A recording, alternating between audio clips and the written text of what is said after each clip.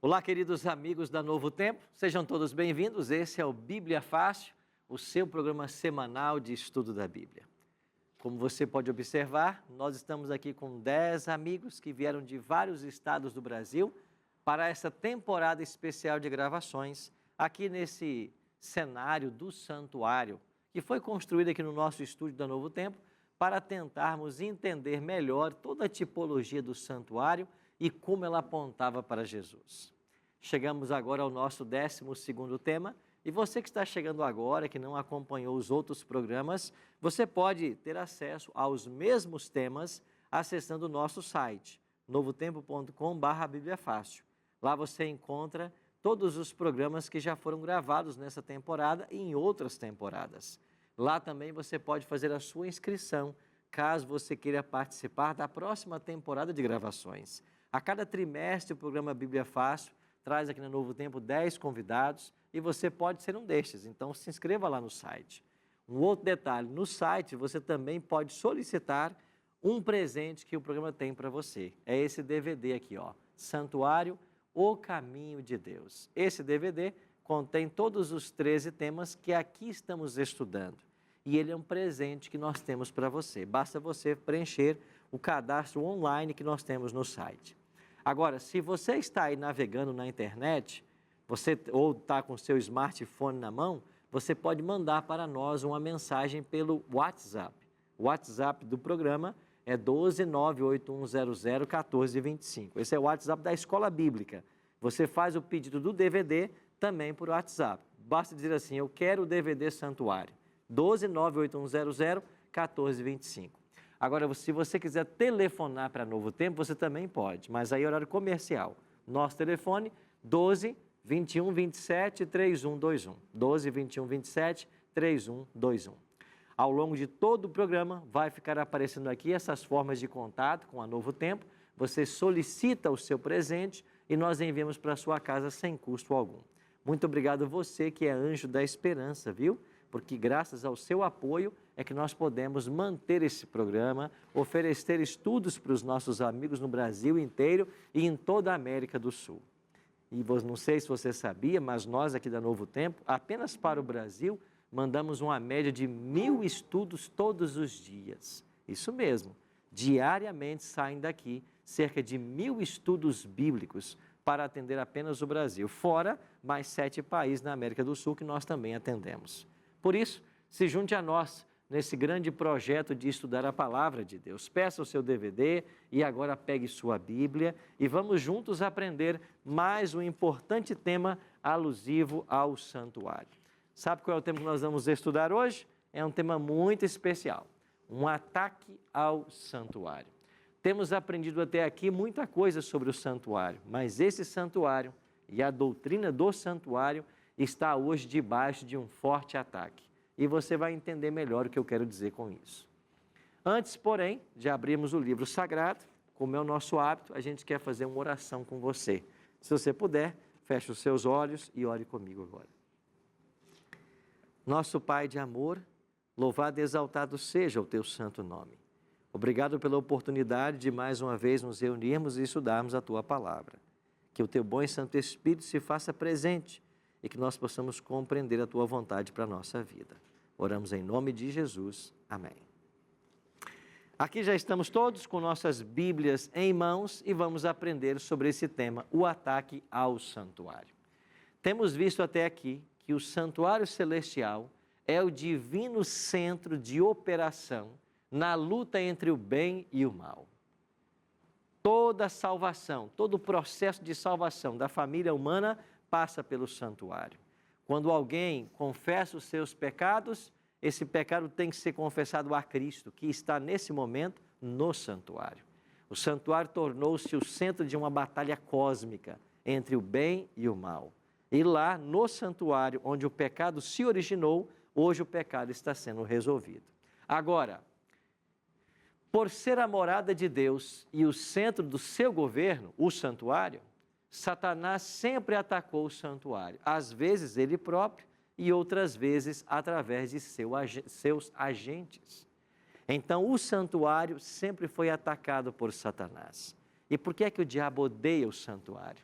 Porque um dia foi a casa dele e de lá ele foi expulso. E porque foi expulso de lá, ele ataca o santuário. E por que ataca também o santuário? Porque o santuário é o centro da divina operação em favor da salvação do homem. E o diabo não quer que o homem se salve, porque o diabo é o inimigo das almas. Ele é o leão, como diz Pedro, que fica rugindo ao redor dos fiéis, tentando devorar alguém. Ele quer a destruição da família humana.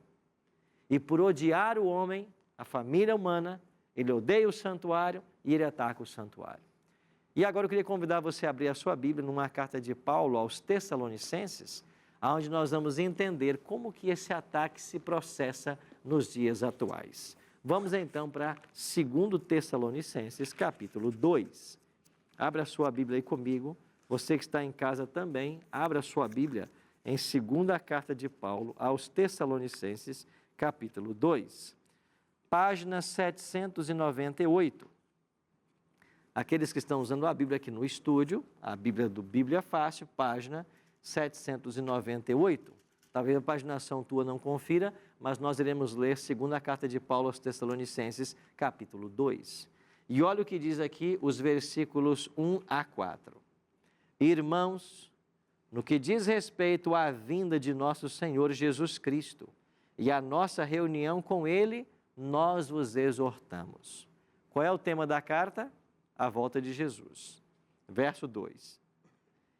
A que não vos demovais da vossa mente com facilidade, nem vos perturbeis, quer por espírito, quer por palavra, quer por epístola, como se procedesse de nós, supondo tenha chegado o dia do Senhor. Verso 3. Ninguém de nenhum modo vos engane, porque isto não acontecerá. O que não vai acontecer? A volta de Jesus. Isso não acontecerá sem que primeiro venha a apostasia e seja revelado o homem da iniquidade, o filho da perdição. Antes da volta de Cristo, vai ser revelado o homem da iniquidade, o filho da perdição. Verso 4. O qual se levanta e se opõe contra tudo que se chama Deus ou é objeto de culto, a ponto de assentar-se no santuário de Deus, ostentando-se como que se fosse o próprio Deus. Então, o apóstolo Paulo, antes da sua morte, que aconteceu no ano 67, ele está fazendo aqui uma profecia. Jesus não volta sem que primeiro seja revelado o homem da iniquidade, o filho da perdição, o qual se levanta contra Deus ou tudo o que se chama Deus ou objeto de culto. A ponto, diz Paulo, a ponto, ele chegará ao ponto de assentar-se no santuário de Deus, ostentando-se como que se fosse o próprio Deus. Aí eu pergunto para você, em quem se cumpre essa profecia do apóstolo Paulo?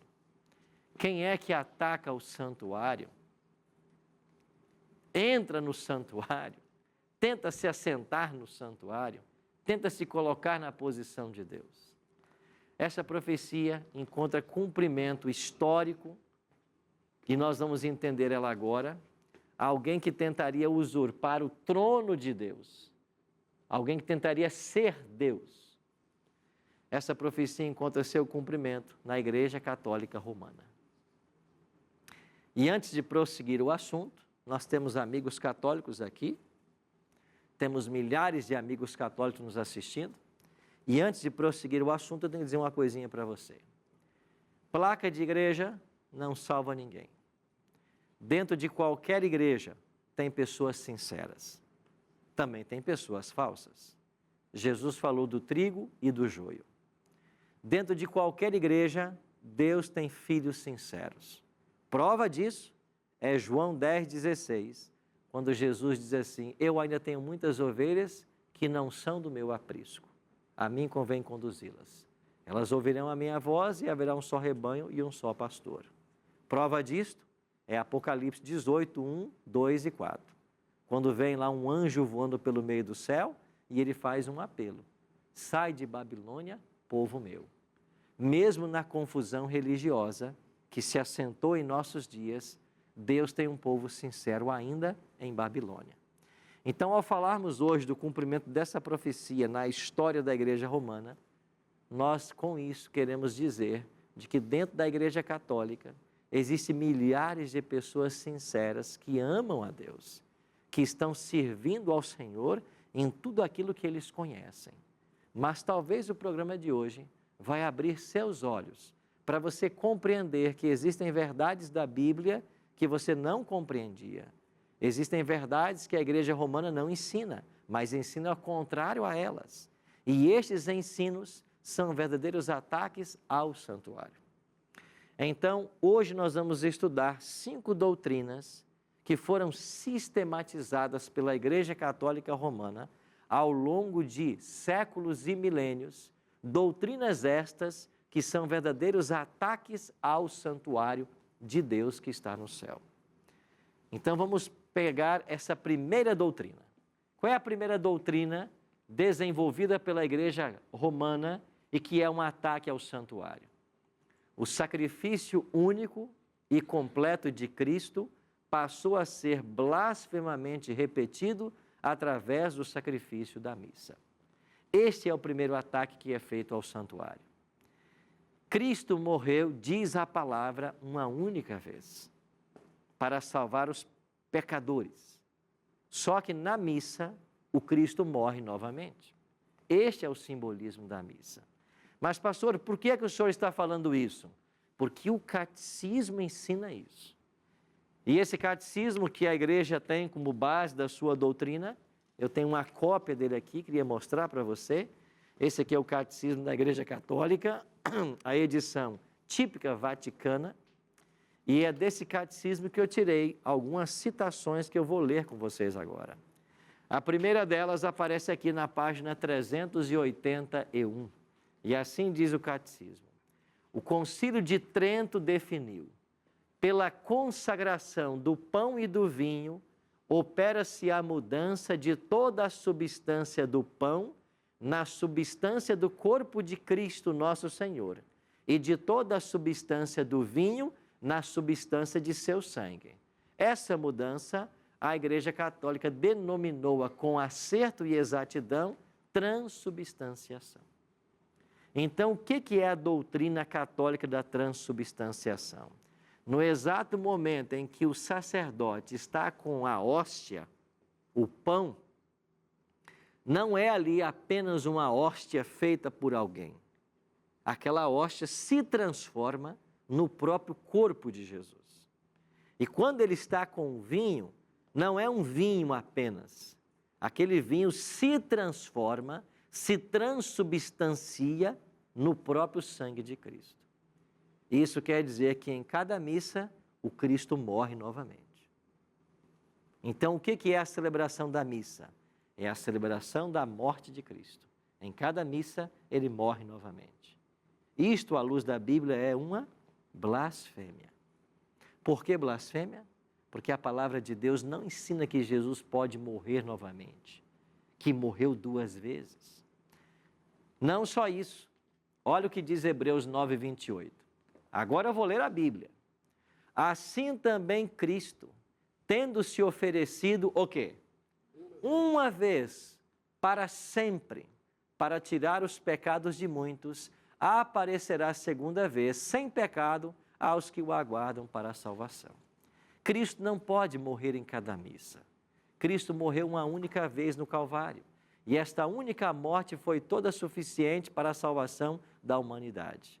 Mas quando você participa de uma missa, você está participando novamente da morte de Cristo. E isso, à luz da Bíblia, é uma blasfêmia. Não apenas isso, existe um outro autor, Rouet, escreveu esta obra, A Missa na História. E na página 115 ele declara: A missa é um sacrifício oferecido pelos vivos e pelos mortos. Mas nós vimos aqui que a pessoa que morre, ela entra por um estado de inconsciência até a ressurreição. E quando da morte da pessoa, ela já morre salva ou morre perdida. Só que a missa é celebrada até em favor dos mortos. Mas como você pode acreditar algum mérito a quem já morreu, se a história da salvação dele já foi definida? Se ele já morreu salvo, morreu perdido? Logo, isso também é um ataque à doutrina do santuário. Não pode. Cristo não pode morrer mais de uma vez. E quando eu concordo na celebração da missa, eu estou concordando que o sacerdote está ali matando novamente o próprio Cristo. Isso é uma blasfêmia. E é assim que Satanás usa seus agentes para atacar a doutrina do santuário. Porque a doutrina do santuário ensina-nos de que Jesus morreu uma única vez. Segundo ponto, segunda doutrina que é um ataque ao santuário. A intercessão única e exclusiva de Cristo no santuário celestial foi substituída pela mediação espúria da Virgem Maria, dos santos mortos e do clero romano. Então, essa doutrina de intercessão ou mediação é também um ataque ao santuário. Por quê? Porque tira Cristo do papel de mediador e coloca a Virgem Maria, os santos e o clero romano. A Virgem Maria como estando junto ao Pai, sendo mediadora, os santos como estando no céu, com poder de fazer milagres, e o clero romano estando na terra, com poder de perdoar pecados. Isso é um ataque ao santuário. Por quê? Porque na doutrina do santuário nós aprendemos que Cristo morreu para ser nosso advogado. Ele é o único que nos pode reconduzir ao Pai. Por quê? Porque Ele é Deus homem. E sendo Deus, Ele segura o braço divino. E sendo homem, Ele segura o braço do pecador. Ele pode nos reconectar a Deus. E só Ele.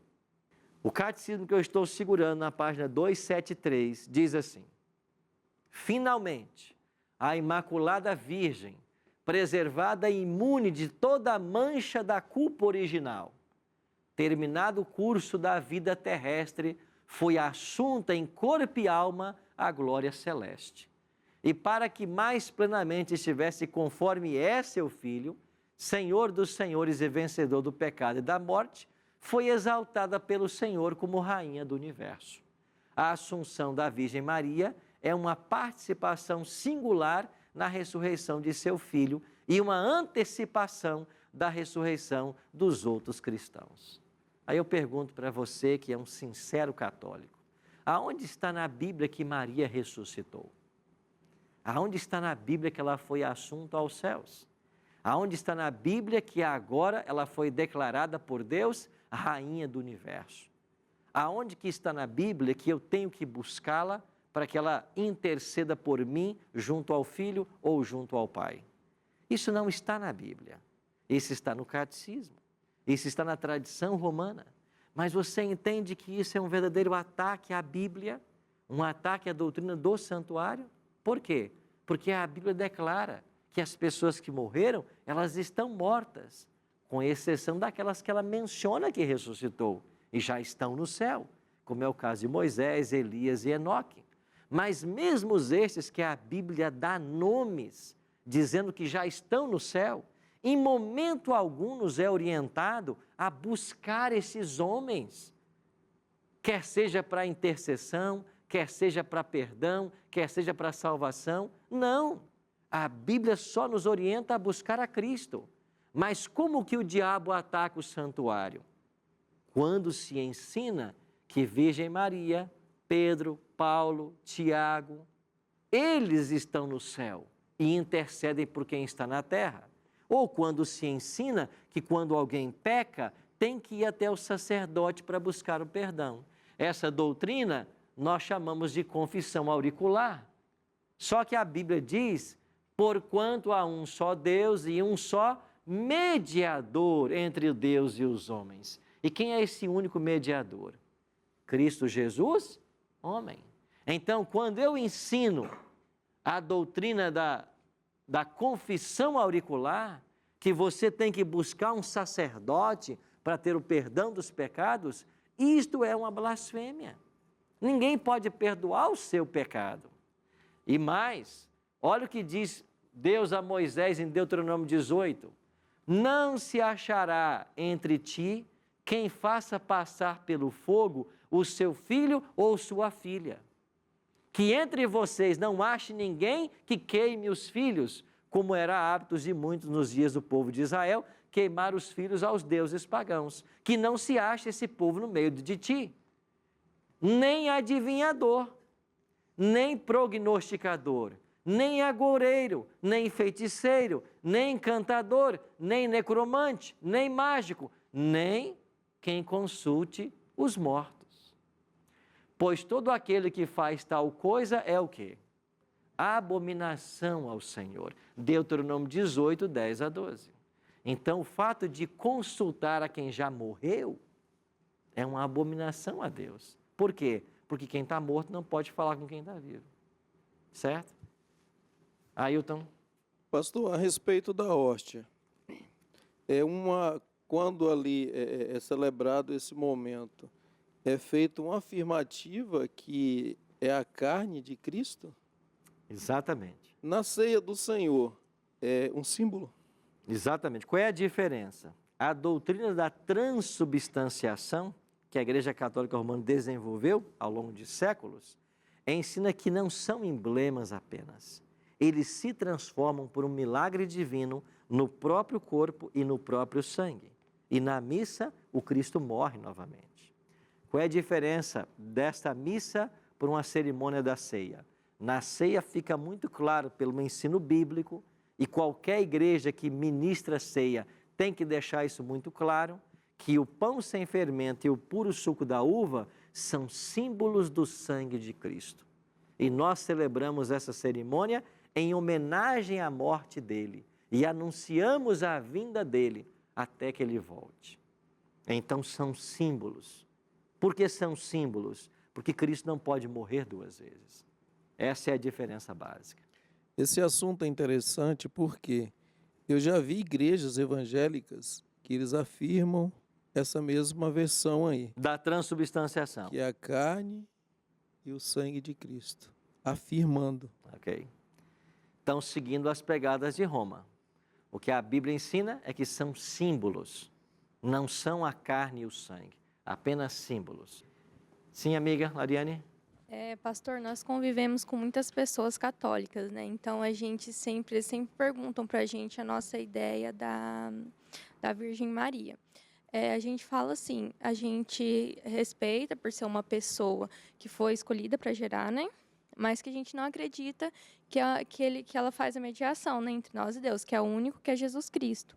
Mas aí eles falam que muitas pessoas chegam a eles e falam assim, que não respeitam a Virgem Maria, que ela não teve, e ela teve um papel assim, né, na história bíblica, porque ela foi escolhida. E a gente tem que ter muita sabedoria para falar isso, né? Claro. Maria foi escolhida por Deus para ser a mãe do Messias.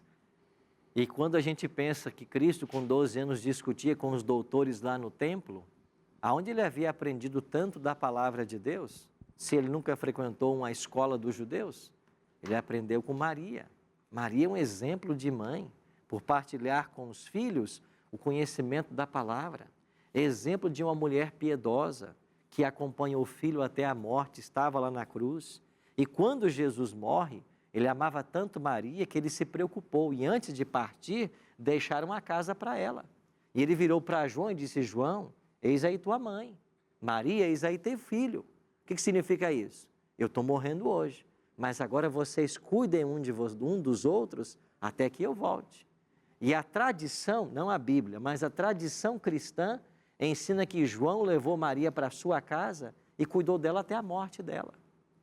Então Maria é para nós um exemplo de alguém que se colocou nas mãos de Deus, de alguém que temia Deus, de uma mãe que educou o seu filho nos caminhos do Senhor. É para nós um exemplo. E eu creio piamente na salvação de Maria. Mas aonde ela está hoje? Ela está sepultada, como está Pedro, como está Paulo, Tiago e João, aguardando o quê? A volta do filho dela. Quando então ela receberá o corpo de glória, como todos os salvos receberão. Bom, nós vamos avançando em nosso estudo. Vamos para o intervalo? E assim que voltarmos, vamos continuar a entender melhor quais são as doutrinas que são verdadeiros ataques ao santuário da Bíblia. Daqui a pouquinho a gente está de volta. Acompanhe no próximo bloco. Agora deixa eu dar um recadinho para você que é evangélico. Está sentado? A gente estava falando de santo, de Virgem Maria, e você estava aí aplaudindo, né? É isso mesmo, pastor. Idolatria, buscar santo, isso, aquilo. Agora vamos falar da sua história? E você, guarda domingo? Então não venha me falar de santo, nem criticar a Igreja Católica, falando de santo ou de Maria, se você guarda domingo.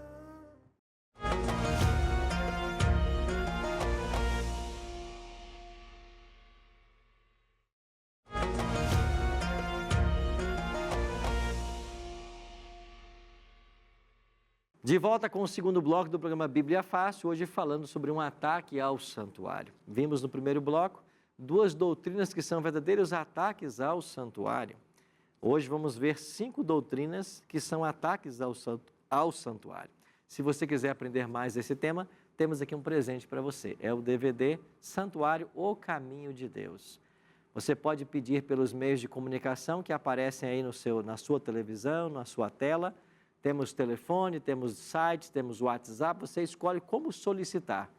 Esse material foi gravado em Israel, onde nós temos lá num deserto, no Parque Nacional de Timna, um santuário montado nas dimensões do mosaico, e você vai aprender muito sobre o santuário com esse material. Belíssimas imagens, e você vai compreender melhor esse tema. É um presente, tá? Pede para você aí. Pode escolher como você quer solicitar, nós vamos enviar para a sua casa pelos correios e você não paga nada por isso. E a gente sempre agradece aqui aos Anjos da Esperança que apoiam o nosso ministério e graças ao seu apoio a gente pode mandar esse material para você, tá bem? Se você não é um Anjo da Esperança ainda, você pode se tornar um. Basta você ligar para nós aqui no telefone 0 operadora 21 27 30 30, tá bem? 0 operadora 21 27 30 30 e você escolhe ser um Anjo da Esperança. Quando terminamos o primeiro bloco, tínhamos uma pergunta aqui ainda para ser feita. Rogéria? Pastor, uma dúvida em relação ao milagre, né? Ao milagre? Se os santos eles não obram milagre, e por que muitos católicos, no caso, recorrem aos santos e o milagre é atendido, vamos dizer assim? Eu acredito que aconteçam muitos milagres mesmo, eu acredito. A gente sabe pela Bíblia que o santo não pode realizar porque quem morreu está morto, está inconsciente, não pode fazer isso. Só quem tem o poder de operar milagres é Deus. Eu acredito no seguinte, Deus olha a sinceridade das pessoas. E existem pessoas que pedem com tanta fé, acreditando naquilo que ela foi ensinada. E na sinceridade do seu coração, Deus ouve a prece, a oração. Porque Deus é tão bom que Ele nem mesmo está preocupado se a fama pelo milagre ou se o louvor pelo milagre não for para Ele. E muitas pessoas recebem de fato o milagre e atribuem a um santo. Deus não está preocupado se a honra não vai vir para Ele. Mas a pessoa foi sincera no que ela conhecia, ela exerceu a fé que ela tinha e Deus atendeu a oração dela. Então Deus é bom, Deus é amor, Deus é misericórdia. Eu acredito que de fato aconteçam milagres, mas a Bíblia é clara em dizer que não foi nenhum santo que operou. Então foi Deus, em sua bondade, que atendeu. Eu acredito nisso. E sabe que eu sou uma prova disso? Eu nasci numa família católica. Minha mãe era católica. E quando eu tinha mais ou menos uns 5 para 6 anos de idade, eu me lembro disso. Um dia eu acordei não sentindo as pernas. E minha mãe me levou até uma mulher que era muito religiosa, que fazia preces. Uma mulher católica. E eu fui levado até essa mulher. Eu me lembro muito bem que minha mãe me levou no primeiro dia no colo. E a mulher disse, ele deve vir aqui 3 dias, eu vou orar por ele. Eu fui no colo no primeiro dia, mancando no segundo dia e correndo no terceiro dia. E eu que não tinha nenhum movimento nas 2 pernas, no terceiro dia, eu fui até ela correndo. O santo que ela buscou pôde fazer algum tipo de ajuda? Não, porque o santo não está vivo. Mas a fé que essa mulher tinha em ajudar as pessoas, a fé que a minha mãe tinha de que Deus iria me ajudar, trouxe para mim uma cura. Eu acredito nisso, porque Deus é amor. E se a pessoa está pedindo, ela acha que aquilo é o certo, ela está exercendo a fé que ela conhece, Deus é misericórdia e amor e pode atender essa prece. Agora o que a gente tem que estar ciente é o seguinte: se o conhecimento da palavra está chegando para mim agora, se eu estou aprendendo com Deuteronômio 18 a não consultar quem já morreu, se eu estou entendendo que só há um mediador entre Deus e o homem, o que eu tenho que fazer a partir de agora? Você que é um sincero católico, que talvez tenha experimentado milagres na sua vida a quem você atribuiu a santos, qual deve ser a sua postura a partir de agora? Entender que o milagre só é Deus quem opera. E a partir de agora mudar a sua postura, não buscando Maria nem esses santos, mas buscando Cristo, quem a Bíblia estabelece como nosso mediador entre Deus e os homens. Eu sei que não é fácil para quem viveu 30, 40, 60 anos crendo nisso. Eu sei que não é fácil, como não foi fácil para minha mãe, que já estava há 6 décadas na igreja. Mas quando esse evangelho libertador chegou para ela, minha mãe entendeu o que estava acontecendo. E minha mãe, depois dos 60 anos, tomou sua decisão de seguir exclusivamente a Cristo. Hoje minha mãe tem 84 anos de idade, mas é uma mulher temente a Deus, que aprendeu depois dos 60 as verdades da Bíblia e deixou de invocar esses santos que na realidade não estão no céu.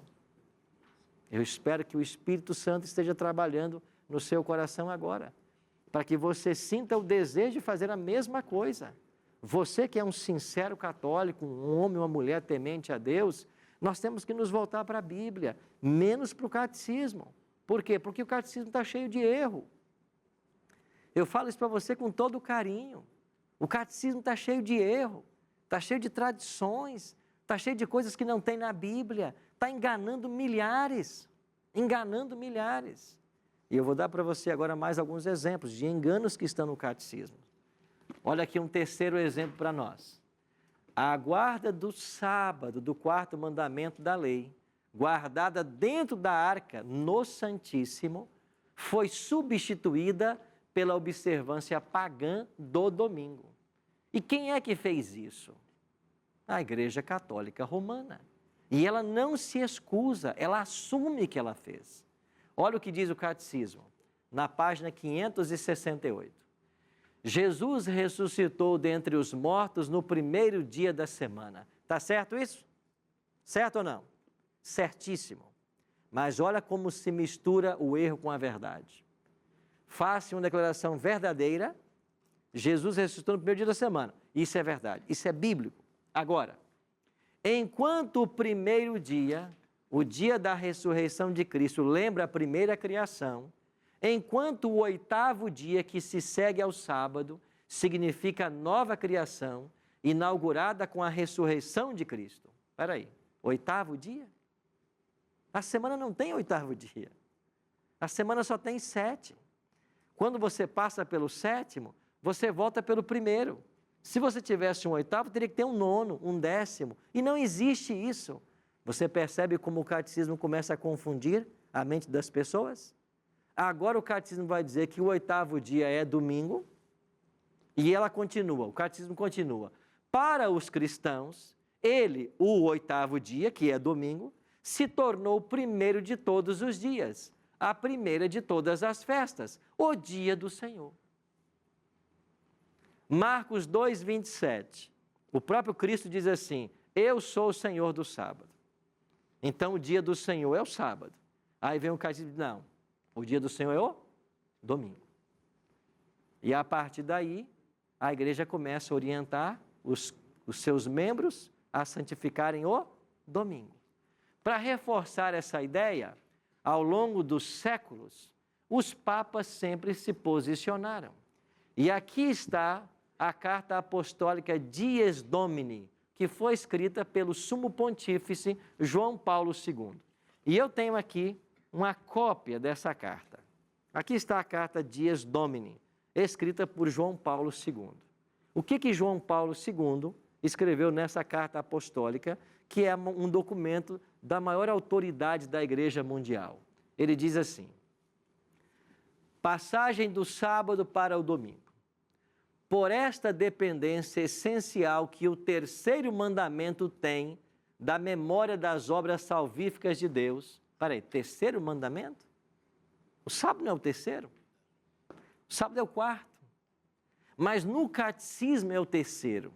Por quê? Porque o catecismo tirou de lá o mandamento que proíbe adorar imagem de escultura. Então, se você abrir o catecismo, o mandamento que proíbe adorar imagem de escultura, ele não existe lá. Aí o quarto mandamento veio agora para ser o terceiro. Então é isso que João Paulo está dizendo. O terceiro mandamento, que fala das memórias das obras salvíficas de Deus, os cristãos, apercebendo-se da originalidade do tempo novo e definitivo, inaugurado por Cristo, assumiram como festivo o primeiro dia depois do sábado, porque nele se deu a ressurreição do Senhor. Então, por que agora o domingo é um dia festivo? Porque nele o Senhor ressuscitou. Então, agora o dia santo é o domingo. Existe uma tese doutoral escrita pelo pastor e doutor Samuel Bacchiocchi, e a tese se chama Do Sábado para o Domingo. Esse Samuel Bacchiocchi faleceu há alguns anos, mas ele era um doutor adventista. E ele fez o doutorado dele na Pontifícia Universidade Gregoriana, em Roma. E qual foi o tema da tese dele? From Sabbath to Sunday, do sábado para o domingo. E nessa tese doutoral, ele prova com documentos da própria Igreja Romana que a mudança do sábado para o domingo foi feita pela Igreja. E ele tirou esse doutorado lá, na Universidade Gregoriana, em Roma. E quando a Universidade Católica deu para ele o título de doutor e colocou o imprimato do Vaticano na sua tese, eu tenho uma cópia em casa da tese dele, quando ele colocou, quando a instituição romana coloca ali o imprimato, dizendo que esse homem é doutor e o que ele fala é verdade, ela está dizendo, fomos nós mesmos quem mudamos sábado e domingo.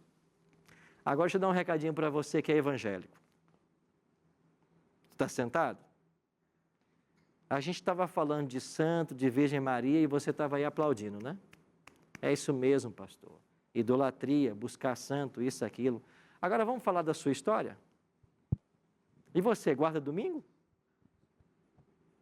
Então não venha me falar de santo, nem criticar a Igreja Católica, falando de santo ou de Maria, se você guarda domingo. Porque você está nas pegadas da Igreja Católica.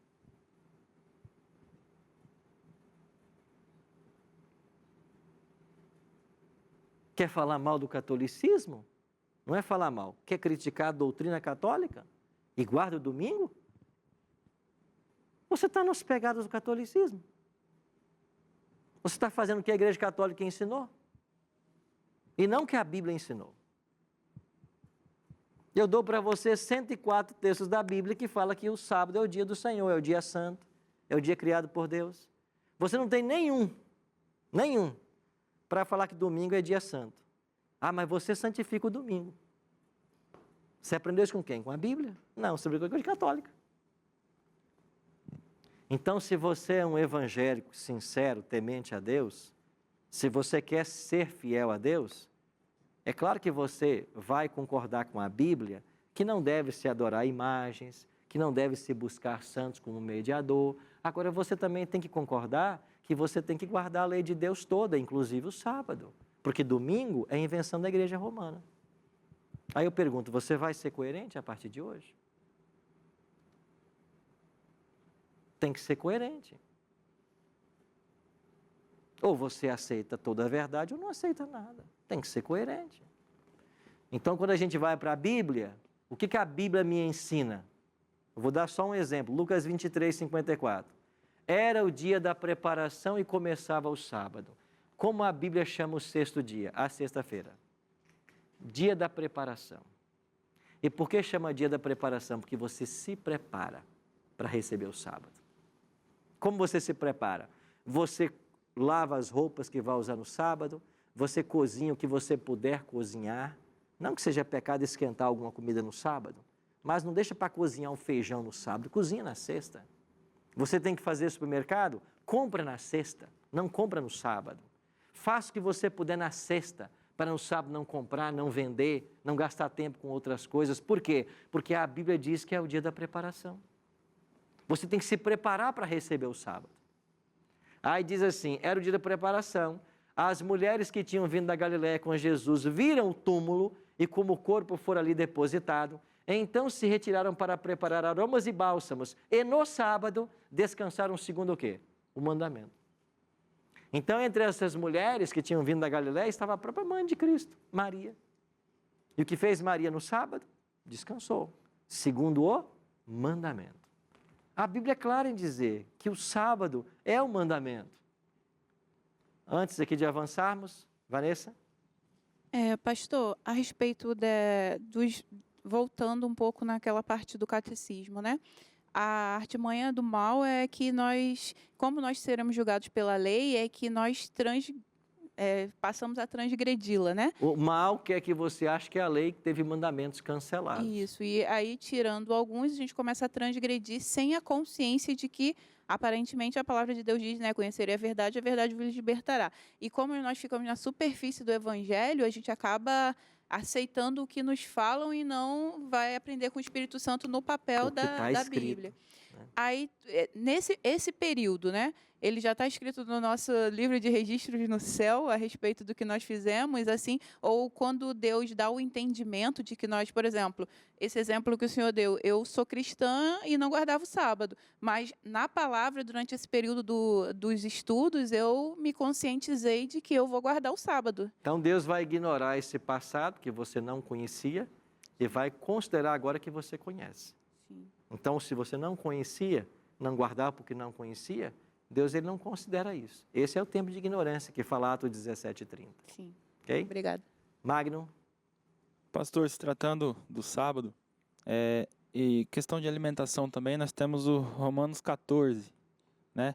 Há aqui uma dificuldade em entender o texto Sobre alimentação? e também sobre o sábado, porque aqui Ok. no versículo 5, ele diz, um faz diferença entre dia e dia, outro julga iguais todos os dias. Uhum. Né?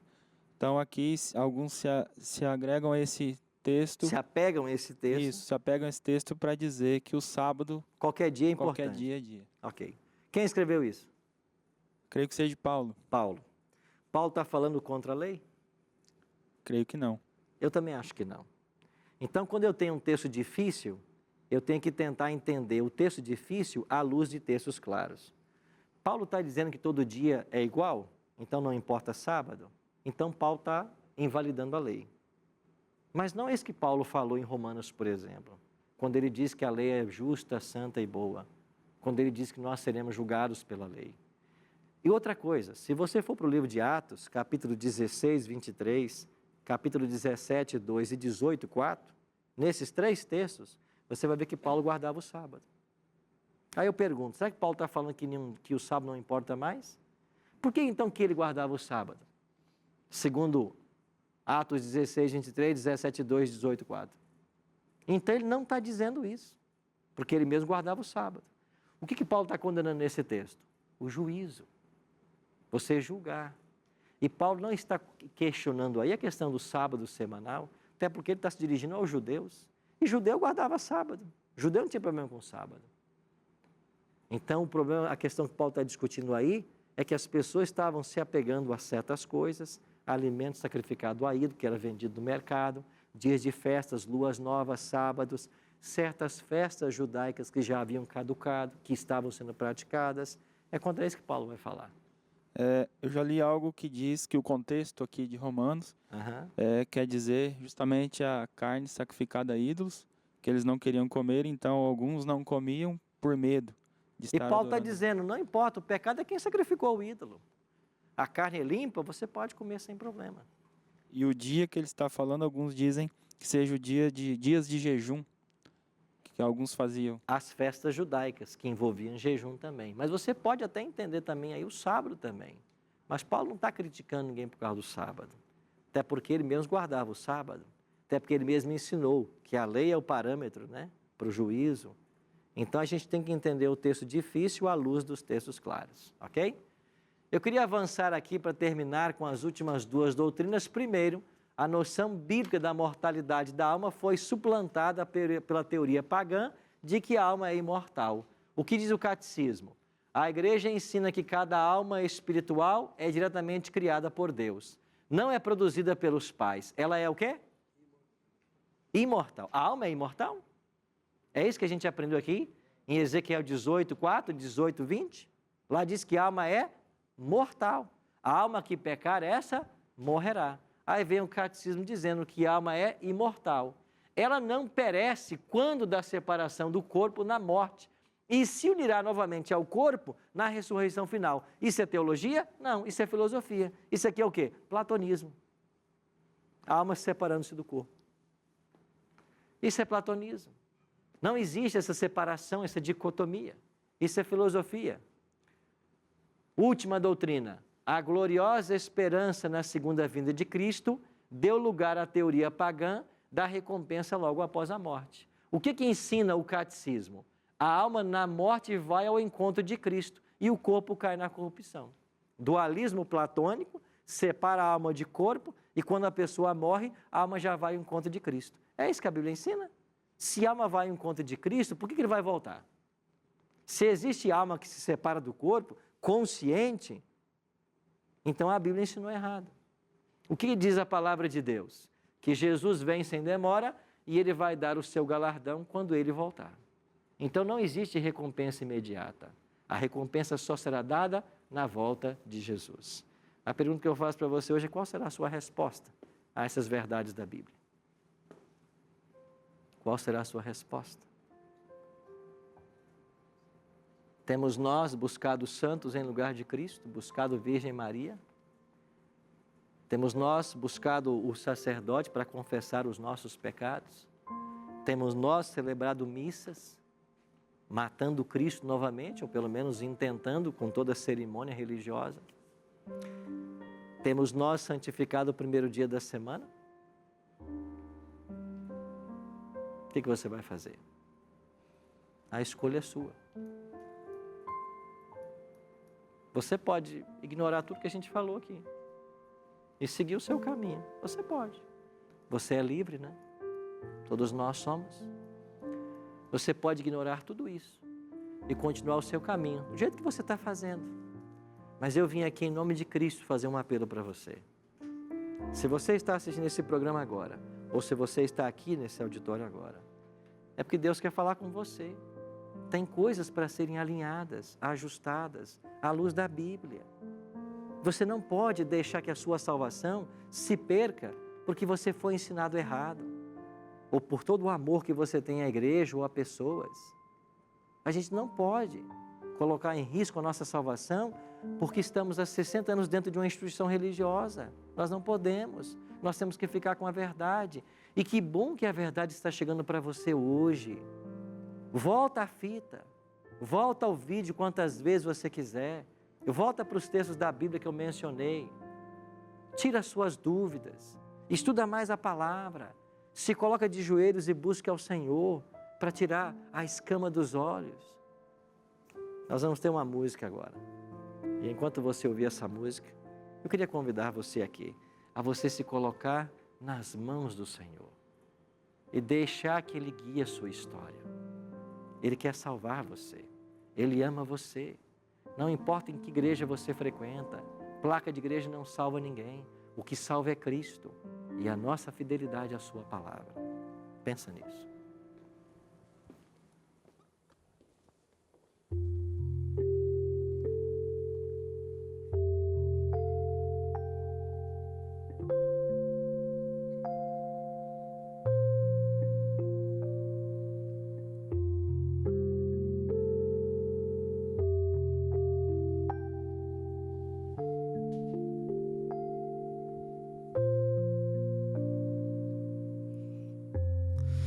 Quero ser como Abraão, fiel em toda provação,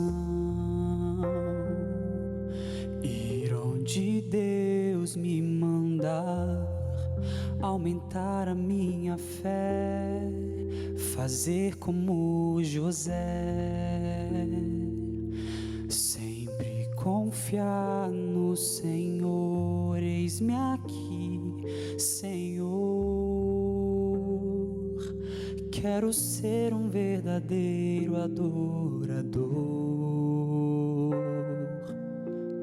Eis-me aqui, Senhor, quero ser um instrumento em tuas mãos, para falar do teu amor, da esperança e do perdão, que através da tua graça me deste a salvação. Quero ser uma luz a brilhar, e como Enoque andou, quero andar contigo, Senhor.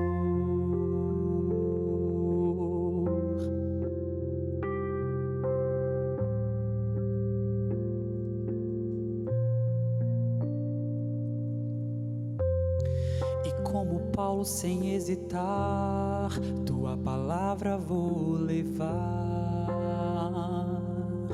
sem fazer acepções, tirar as sandálias dos pés, assim como Moisés,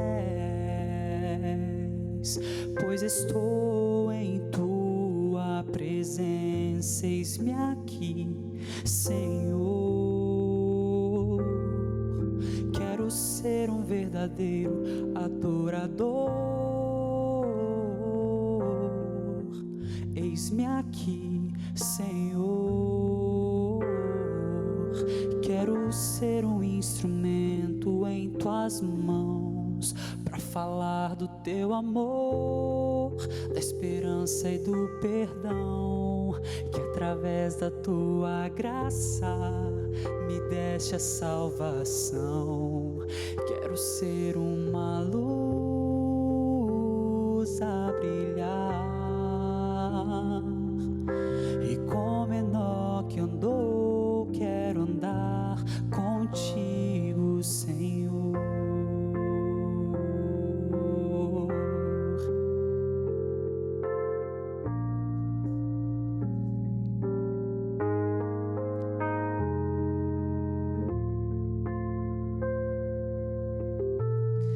Para falar do teu amor, da esperança e do perdão, que através da tua graça nos deste a salvação. Quero ser uma luz a brilhar, e como Enoque andou, quero andar contigo, Senhor.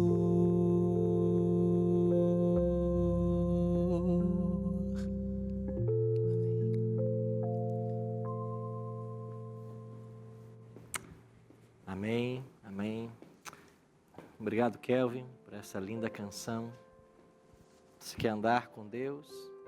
Quer ser submissa à vontade dEle? Quer o céu? Deus Pai, Deus Filho, Deus Espírito, todos os anjos vão estar do seu lado para te ajudar. Existe um exército para nos ajudar na nossa caminhada e nos ajudar a chegar aos céus. Basta nós dizermos, sim, eu quero, eu quero. Eu sei que não é fácil as mudanças para alguns. Você pode estar pensando, pastor, eu criei tantos anos nisso, o que vai dizer a minha família, o que dirá meus amigos, e o líder religioso que eu sirvo, que eu sigo, que eu admiro tanto. Eu sei que não vai ser fácil, mas Cristo não chama você sem dar o poder e a capacitação para você segui-lo. Ele vai te ajudar a ter sabedoria, ter tato, porque finalmente nós temos que amar a todos, não podemos desprezar ninguém, temos que tratar bem a todos. Mas eu não posso deixar que a minha salvação corra risco por causa de uma coisa que me ensinaram errado. E se o Espírito Santo está falando no seu coração hoje, eu quero convidar você a tomar uma decisão, a se entregar a Cristo, e a passar a seguir as verdades que você está aprendendo. Vamos orar agora? Pai Santo, obrigado pela Tua palavra, que de forma tão clara nos apresenta o caminho que nós devemos seguir rumo aos céus. Obrigado pela graça maravilhosa que em Cristo nos foi manifesta, que nos alcança hoje e nos liberta. Nos ajude a vivermos na Tua presença. Ajude-nos a fazer as mudanças que nós precisamos para estarmos de acordo com a Tua vontade. É a nossa oração. Em nome de Jesus. Amém. Muito obrigado por sua companhia no programa de hoje. E semana que vem a gente se encontra para o último programa dessa temporada sobre o santuário. Até lá.